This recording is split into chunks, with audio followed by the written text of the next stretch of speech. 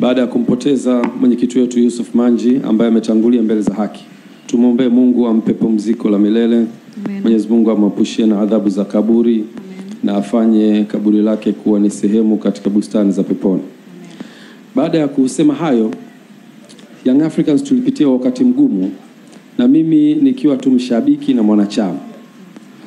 Lakini nakumbuka 2020 Mr. Ghalib aliniambia tumealikwa kwenye harambee kubwa ya ukusanyaji wa fedha kwa ajili ya kuikwamua klabu yetu kutoka kwenye wakati mgumu. Akashiriki kwenye mkutano ule. Kwa bahati mbaya nilikuwa nimesafiri, na alitoa ahadi ya kuchangia kiasi cha shilingi milioni 300, na mwaliko huu ulitoka kwa mwenyekiti wa kamati ile ambaye alikuwa ni Anton Mavunde. Na hiyo ndio historia ilipoanza hapo ya sisi na mimi binafsi kama kampuni ya GSM na mimi binafsi kuingia kwenye Young Africans. Baada ya kupita kwenye hatua, ilitolewa pia nafasi ya klabu ya Young Africans kumtafuta mzabuni wa jezi, ambayo kampuni yetu iliweza kubid na ikapata nafasi ya kutengeneza jezi. Na mimi nikiwa kama mkurugenzi wa uwekezaji, ilikuwa ni fursa kwangu kuhakikisha tunapata ile biashara. Lakini baadaye tukaja kugundua biashara hiyo haiwezi kwenda kama timu haifanyi vizuri. Kwa hiyo nikakaa na Mr. Ghalib akaniambia, bwana, sasa hii bahati nzuri ni timu unayoishabikia na wewe ndio mwekezaji mwenyewe.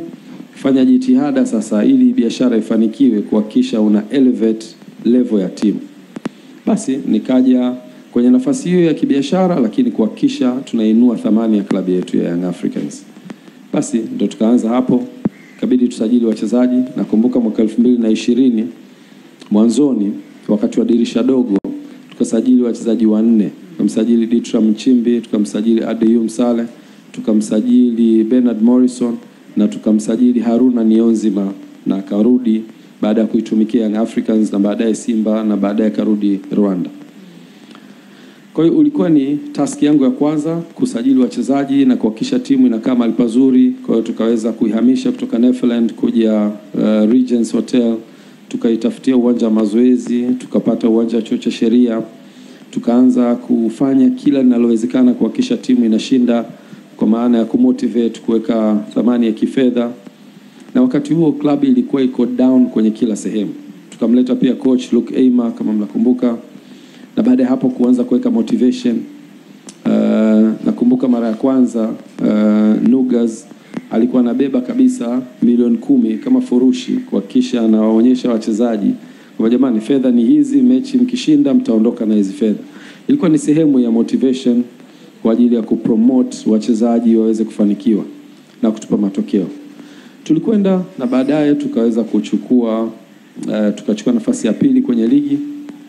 Ulikuwa ndo msimu wa kwanza wa 2021 ambao nilishiriki. Kwa hiyo baada ya hapo nikawa naona gharama zinavyoenda.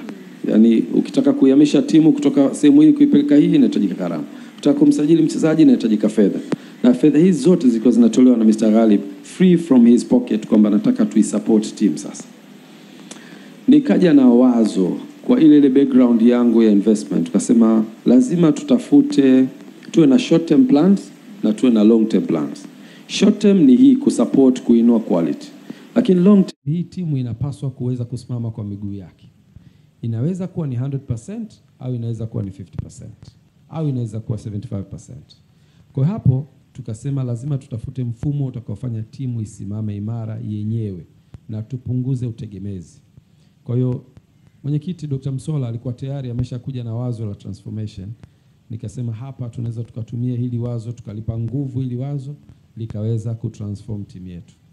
Basi nikamconsult, tukakaa tukakubaliana tutengeneze ile kamati kwa ukubwa wake, tuipe nguvu, na baadaye nikawa sehemu hiyo kamati. Na baada ya kuwa kwenye kamati tukaona pale kwenye kamati kuna watu wenye taaluma nyingi. Kuna wanasheria, mwenyekiti wetu Mzee Mgongolwa, kuna kina Arafat walikuwa wanatoka kwenye finance, kuna Ivan Tarim walikuwa wanatoka finance, mimi natoka kwenye engineering, lakini wote tunakosa elimu ya transformation. Ndio hapo sasa tukasema lazima tutafute consultant, mtu atakayetusaidia kujifunza dunia ya sasa inaendeshwaje, mpira wa sasa unaendeshwa vipi. Kwa hiyo tukaweza kufanikiwa kupata La Liga, wakatushauri, tukajifunza kutoka kwao na sisi tukajifunza, wao wakajifunza pia culture yetu ikoje. Tukakama na mfumo wa mabadiliko, na mfumo ule ulipelekwa kwenye mabadiliko ya katiba. Club ya Young Africans ikatengeneza rasimu ya katiba mpya, zikaenda kwa wanachama wakajifunza, wakatoa mawazo yao, tuka incorporate, na baadaye tukaenda kwenye mkutano mkuu uliofanyika mwezi wa sita mwaka 2021, na mkutano ule uliridhia mabadiliko ya mfumo wa mabadiliko ya klabu yetu, na ulihudhuriwa na wanachama 1770, na wanachama wote waliridhia mabadiliko hayo. Na baada ya kuridhia tukalazimika kwenda kwenye mabadiliko ya mfumo, na sehemu ya mabadiliko ilikuwa ni kubadilisha ownership ya club kutoka 100% kwenda 49 kwa wawekezaji, 51 kwa wenye club. Lakini la pili ilikuwa structure ya leadership, ambayo ilikuwa nataka mwenyekiti abadilike kuwa rais, na baadaye kuwa kuna mwenyekiti wa bodi.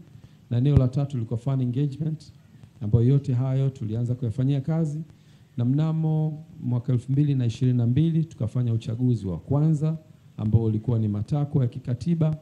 Baada ya katiba yetu kusajiliwa tarehe 14 mwezi wa 12 mwaka 2021, tumefanikiwa kusajili katiba, tukalazimika kuimplement katiba, na hapo tarehe sikumbuki ilikuwa mwaka 2022 Julai 9. Yes.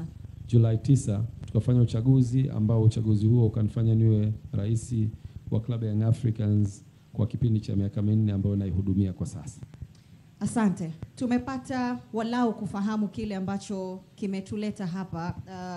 Engineer ameelezea safari yake, na hiki ambacho anakielezea sasa ni mada yetu ya kwanza ambayo inagusia uongozi wake ndani ya Young Africans. Maeneo mengine pia atakuja kuyatazama kwa maana ya ACA, lakini pia FIFA huko kwenye kamati ya mashindano. Mbele yetu kuna jopo hapa, tutajadili kwa pamoja. Kakaangu Gerard Hando, mkongwe kwenye tasnia hii ya habari, lakini Ramadhani Mbwaduke, mtaalam wa takwimu na data kwenye masuala ya soka ukanda wetu huu Afrika Mashariki na Kati. Naomba nitambue uwepo wa katibu mkuu wa wizara yetu ya habari, utamaduni, sanaa na michezo, na msemaji mkuu wa serikali Gerson Msigwa. Karibu sana, naye ameamua kushiriki nasi hapa. Kwa hiyo ni fursa wanahabari leo kumfahamu Engineer Hersi, lakini pia na watu wadau ambao wamemfanya awepo hapo. Ameelezea safari yake kuingia Young Africans, lakini amegusia kwa uchache namna ambavyo alipewa dhamana ya kuwa rais wa Yanga. Sitaki kujua safari ilikoje, nataka nifahamu changamoto ambazo ulikutana nazo baada ya kutangazwa kuwa rais wa Yanga.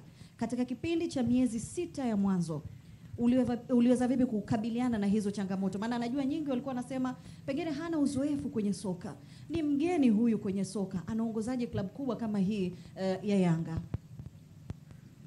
Fatma, kwanza mimi ni shukuru mtu mmoja ambaye wa kwanza nitamtaja ni Mr. Ghalib Said Mohamed. Yeye alikuwa ni sababu kubwa sana ya mimi kufika hapa, na nichukue fursa hii kumshukuru kwa support yake kubwa ambayo amekuwa akionyesha personally kwangu, lakini pia kwenye taasisi ya Club ya Young Africans. Nyuma ya haya mafanikio kumekuwa kuna mawazo, kumekuwa kuna ushauri, kumekuwa kuna guidance, na watu wengi ambao wamekuwa kinipa ushauri, nisiwezi kuwataja watu wote hapa, lakini wamekuwa ni sababu kubwa ya hiki. Na ni kweli wakati naingia madarakani kama mwenyekiti wa club, nafikiri inaweza kuwa ni mwenyekiti mwenye umri mdogo kuliko wenye viti wa vilabu hivi vikubwa katika historia yake.